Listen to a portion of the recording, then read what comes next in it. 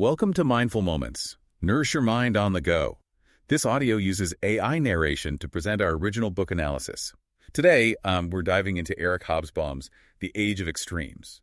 It covers what he calls the short 20th century, from the start of World War I in 1914 to the fall of the Soviet Union in 1991.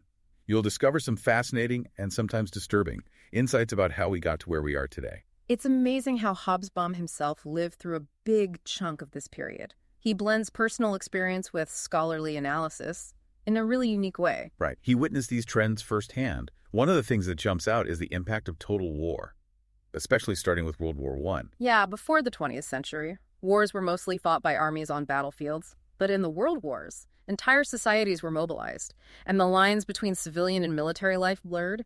The scale of death and destruction was unlike anything the world had ever seen, driven by new technologies like poison gas and aerial bombardment. And the wars had huge political and social consequences. Hobsbawm argues World War I didn't actually solve the problems that caused it. It created new ones. Yeah, like the Treaty of Versailles. It was deeply flawed and paved the way for future conflicts. World War II was even more destructive. But it did lead to some solutions, like the defeat of fascism, the rise of the United States as a superpower, and the establishment of a new global order, at least for a while. So these wars weren't just isolated events. They were part of a bigger trend, the rise and fall of powerful ideologies trying to reshape the world. Like communism.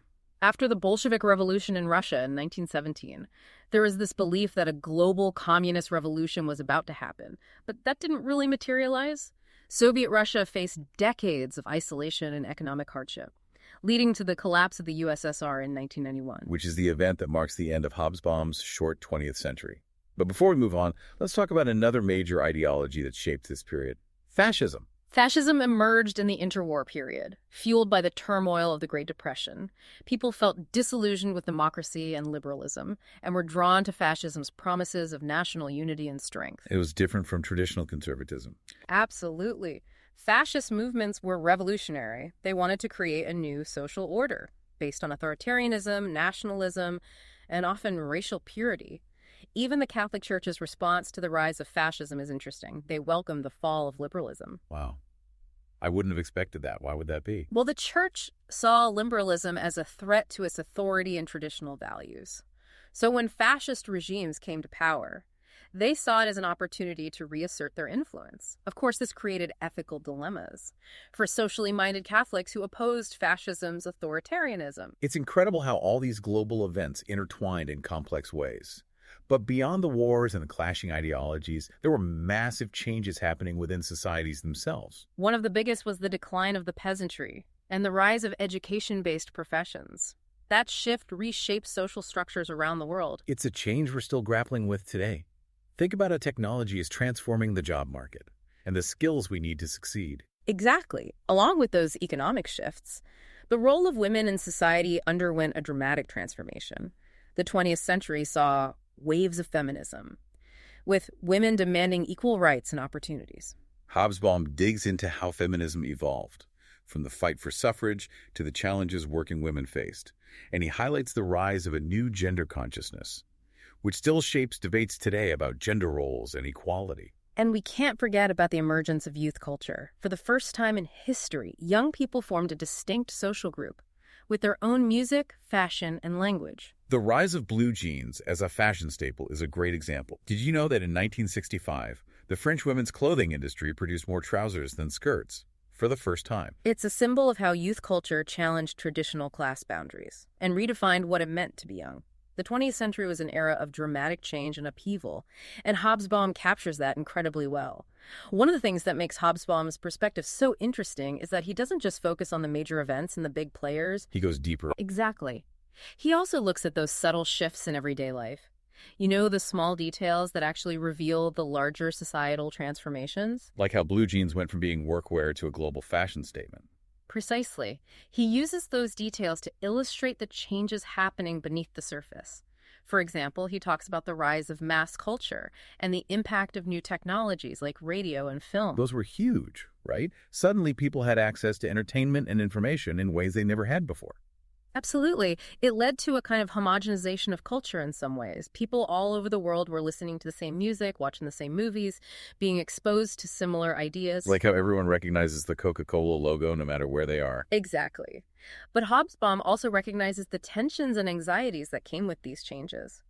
Globalization brought people closer, but it also created new forms of competition and conflict. And it raised questions about cultural identity.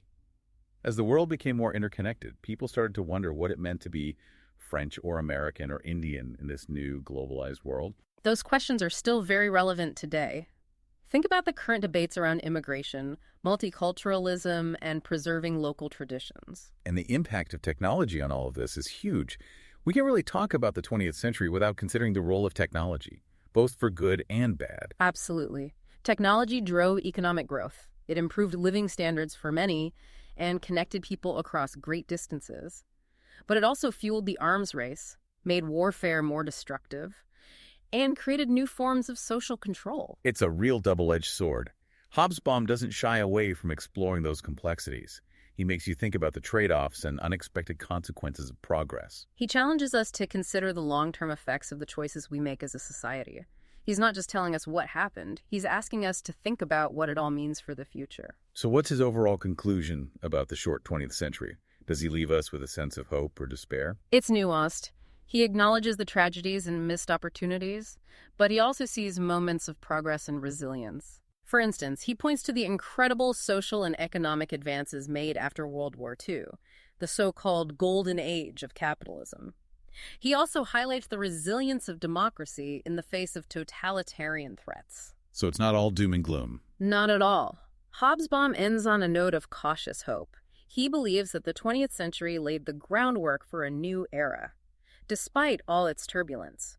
But he also warns that the challenges we face are immense, and the future is far from certain. He sounds like that friend who sees both sides of every argument, the one who can point out the flaws in your thinking, but still makes you feel like there's hope for humanity. That's a great analogy. Hobsbawm pushes you to think critically, but he also inspires a sense of possibility. He leaves you feeling like we have the power to shape the future, but we need to learn from the past. It's about understanding the forces that shaped the world we inherited, so we can make better choices about the world we want to create. Precisely. And that's what makes the Age of Extremes so relevant, even today, so many years after it was first published. It reminds us that history isn't just dates and names. It's a story about us, about how we got here and where we might be headed. And as Hobsbawm shows us so brilliantly, that story is still being written. We're all a part of it, whether we realize it or not. That's a powerful thought. It makes you want to step up and play your part. But before we get too carried away, I want to go back to something you mentioned earlier. You said that the 20th century was an era of religious wars. Even though many of these religions were secular ideologies like communism and nationalism, can you unpack that a bit more? Hobsbawm's argument is that these ideologies, while not religious in the traditional sense, functioned in a similar way. They offered a totalizing worldview, a sense of purpose and belonging, a promise of salvation, whether in this life or the next. So people were willing to fight and die for these beliefs, even though they weren't based on a belief in a supernatural deity. Exactly. Think about the fervor and commitment of communist revolutionaries, or the fanatical nationalism of fascist movements. These ideologies tapped into deep emotional needs and gave people a sense of meaning in a world that felt chaotic and uncertain. It's like they filled the void left by the decline of traditional religion in many parts of the world. That's a great way to put it.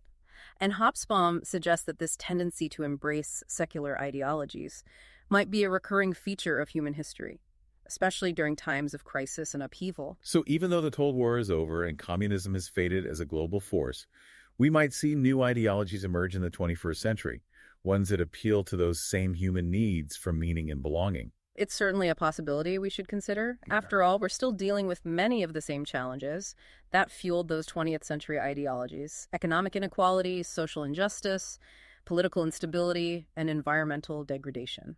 So the question is, what will these new ideologies look like, and what impact will they have on the world? That's the million-dollar question.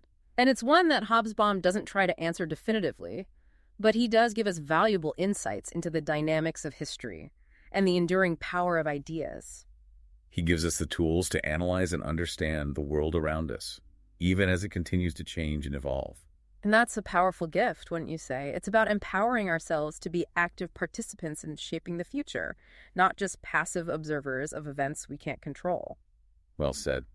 I think we've covered a lot of ground today, but I want to make sure we leave our listeners with a clear sense of what they can do if they want to explore these ideas further. Yeah, it really is a fascinating look at a century that shaped so much of our world. And that's what we aim to do here at Mindful Moments, right? Nourish your mind on the go and encourage you to think critically about these big questions. Absolutely. Hobsbawm reminds us that the 20th century isn't just something we read about in history books. It's the foundation of the world we live in today. Yeah, the echoes of those events are still with us. And understanding those echoes can help us navigate the complexities of the 21st century. We can learn from the mistakes of the past. And hopefully build a better future. For ourselves and generations to come. It's like Hobsbawm is saying, we're not just passengers on this journey called history, we're the ones at the wheel. That's a great way to put it. It leads us to some pretty important questions as we move forward. Like, what should we be thinking about as we tackle the challenges of the 21st century? Well, he definitely makes us think about the limits of globalization.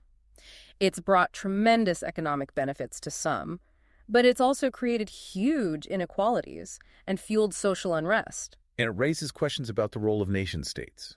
In a globalized world, can national identities survive in an era of increasing interconnectedness?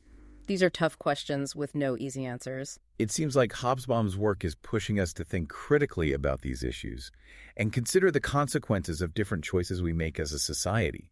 And we can't ignore the relationship between technology and society either. The 20th century was a time of incredible technological advancement. But we also saw those innovations used for destructive purposes, like the development of nuclear weapons. So as we enter a period of even more rapid technological change, with AI, biotechnology, and other things reshaping our lives, we need to be aware of the potential benefits and risks. Yeah, it's about using technology wisely and ethically to create a more just, sustainable, and humane world. Exactly. And Hobsbawm's analysis gives us a valuable framework for thinking about all of this. He reminds us that history isn't just something that happened in the past. It's an ongoing process that we're all part of. And the choices we make today will shape the world of tomorrow. If you're ready to dive deeper into these big questions and explore Hobsbawm's analysis of the 20th century, I highly recommend checking out The Age of Extremes. It's a book that will make you question your assumptions, broaden your understanding of the world, and leave you feeling empowered. It's a journey worth taking. And to help you on that journey, be sure to subscribe to Mindful Moments and purchase The Age of Extremes through the link provided. Thanks for joining us on this deep dive into Eric Hobsbawm's The Age of Extremes. Until next time, keep those minds mindful.